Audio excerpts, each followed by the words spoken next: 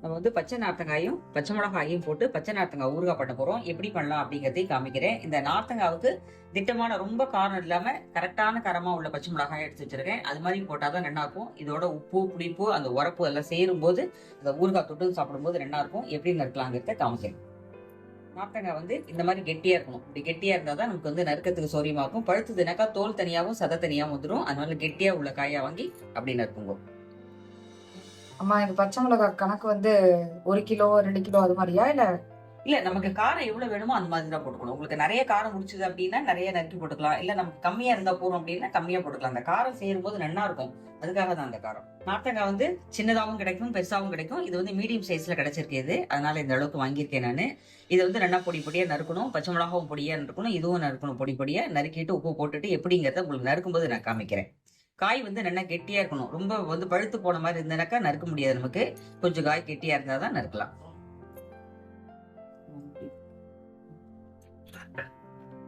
முதல்ல வந்து பச்சை மிளகாய் நறுக்கிக்கலாம். பச்சை மிளகாய் வந்து நமக்கு வந்து கொஞ்சம் பெருசா இருந்தா தான் நல்லா இருக்கும். ரொம்ப சின்னதா இருந்ததுனாக்கா அதுல காய இதுவாயிடும். அதனால இந்த அளவுக்கு நறுக்கிட்டோம்னா நமக்கு கரெக்டா இருக்கும்.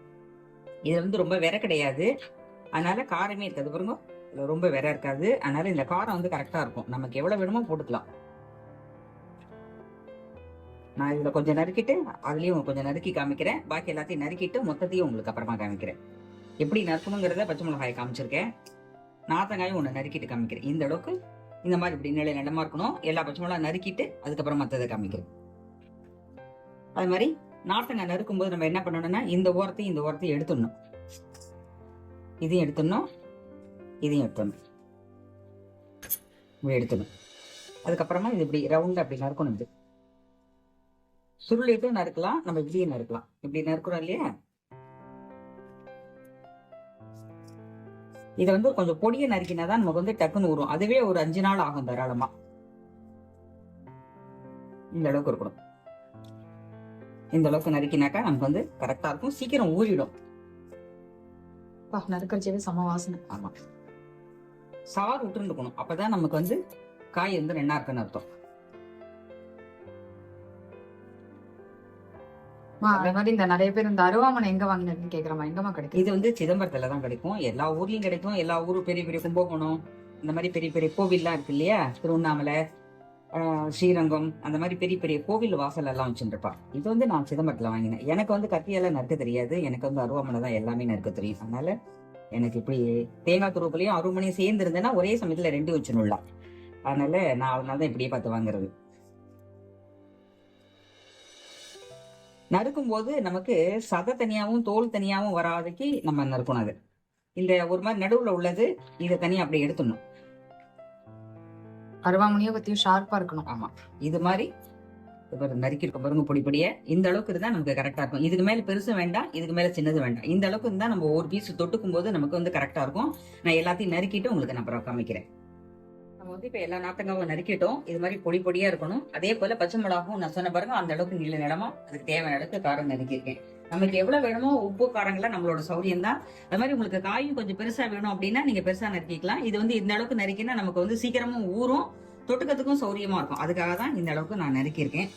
அதே போல அதுல வந்து இது பாருங்க, இந்த சதையில நடுவுல இந்த மாதிரி எல்லாம் இருக்கும் இல்லையா, இதெல்லாத்தையும் நறுக்கும் போது இதெல்லாம் எடுத்துடணும். இல்லைன்னா அதெல்லாம் வாயில மாட்டும். இதுல விதைகள்லாம் நிறைய இருக்கு.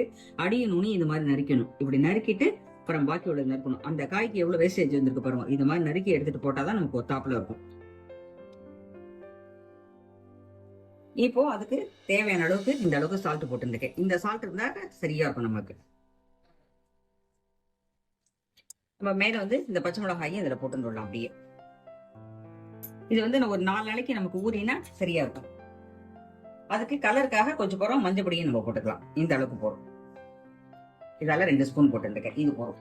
இப்போ வந்து நம்ம வந்து கொத்தாப்புல கரண்டியால இப்படி கலந்து விட்டுருவோம். தினம் குளிச்சுட்டு வந்துட்டு தினமும் காத்தால குளிக்க விட்டுட்டு மூடி வச்சிருங்கோ. ஒரு கண்ணாடி பாட்டிலோ இல்ல வந்து பீங்கான் ஜாடியோ எது இருக்கோ இந்த மாதிரி சில்வர் பாத்திரத்துல போட்டு நல்லா கலரிட்டு அதுக்கப்புறம் அதுல வந்து மூடி வச்சுக்கணும். அப்படியே ஜலம்லாம் விடக்கூடாது. அப்படியே ஒட்ட அந்த சாரோட நம்ம நறுக்கி வச்சு பச்சை மிளகாய் அந்த மஞ்சள் பொடியோட போட்டுக்கோம் இல்லையா, இதை வந்து அப்படியே கண்ணாடி ஜாடியோ இல்ல பீங்கான் ஜாடியோ என்ன இருக்கோ நீங்க வந்து அதுல போட்டு நல்லா டைட்டா மூடி வச்சிருங்கோ. டெய்லி வந்து காத்தால குளிக்க விடணும். ஒரு 4-5 நாளைக்கு நல்லா ஊறிடும். பார்த்தாலே தெரியும் நமக்கு அது ஊறினது. அதுக்கப்புறம் எடுத்து ஒரு உணத்தை உணர்த்திட்டு அதுக்கப்புறம் நம்ம வந்து யூஸ் பண்ணிக்க வேண்டியதான். உணர்த்துறது அப்படின்னா வெயில் இல்லையா? வெயில ஒரு பிளாஸ்டிக் பேப்பரோ இல்ல பிளாஸ்டிக் தட்டுலயோ, ஏன்னா இது வந்து சில்வர் தட்டுல எல்லாம் போட்டு வச்சிருந்தோம்னாக்கா அரிச்சிரும். அதனால இப்ப நானே வந்து இப்ப இதை வந்து போட்டு கலந்துட்டு ஒரு பீங்கான் ஜாடியில போட்டு வச்சிருவேன். இப்போ நமக்கு கலரத்துக்கு சௌரியமா இருக்குமேங்கிறதுக்காக நான் இதுல போட்டிருக்கேன். ஜாடியில போட்டா அந்த மாதிரி ஸ்வைட்டை கலர முடியாது நமக்கு, அதுக்காக இதுல வந்து அப்படி போட்டிருக்கேன். இப்ப நானே ஜாடியில போட்டுருவேன். அவ்வளவுதான். இது வந்து தானா சாறு விட்டுக்கும். அப்படியே குலுக்கி கரண்டியால குலுக்கி விடுங்க. ஜாடி தூக்கி குலுக்க முடியாது, அதனால கரண்டியால ஸ்வைட்டு கலரி விட்டுட்டு நல்லா டைட்டா மூடி வச்சிருங்க. இது ஊறினதுக்கு அப்புறம் பார்க்கலாம். ஊறினதுக்கு அப்புறம் பார்க்கலாம். இப்ப நம்ம நறுக்கி போட்டோம் பச்சை மிளகா, நார்த்தங்காய் எல்லாமே நறுக்கி போட்டோம் இல்லையா, எல்லாமே பக்குவமா ஊறிடுது. எப்படி இருக்குங்கிறத காமிக்கிறோம். இது மாதிரி ஒரு கண்ணாடி பாட்டிலையோ நல்லா அழகா ஜம்முன்னு பீங்கான் ஜாடியிலயோ எதுலயோ போட்டுக்கோங்க. இது வந்து நல்லா ஊறிடுது. இது வேணும் அப்படின்னா நீங்க வெயில ஒரு உணர்த்திட்டு வேணாலும் வச்சுக்கலாம். இல்ல இந்த சாரோட அப்படியே நமக்கு தொட்டு சாப்பிட பிடிக்கும் அப்படின்னாலும் நம்ம அப்படியே வச்சுடலாம். நம்மளோட சௌரியம் அது. இது மாதிரி இருந்ததுன்னா கொஞ்சம் கசுவா இருக்கும். வெயில ஒரு உணர்த்திட்டு கொஞ்சம் உதிரா இருக்கும். வேற ஒண்ணும் இல்லை, அவ்வளவுதான். எப்படி இருந்தாலுமே ஃப்ரிட்ஜில் தான் வச்சுக்கணும், வெளியில இருந்தா வீணா போயிடும். இது மாதிரி இருக்கணும். ஊறி இருக்கு பாருங்க. இந்த மாதிரி ஊறி இருந்தாக்க தொட்டுக்கிறதுக்கு நமக்கு ரொம்ப நல்லா இருக்கும். இது மாதிரி இருந்தா சௌரியமா இருக்கும். நமக்கு கண்ணாடி பாட்டில பீங்கான் ஜாடியிலே போட்டு வச்சுக்கோங்க. அப்ப விழுங்கும் போது நீங்க எடுத்துக்கலாம்.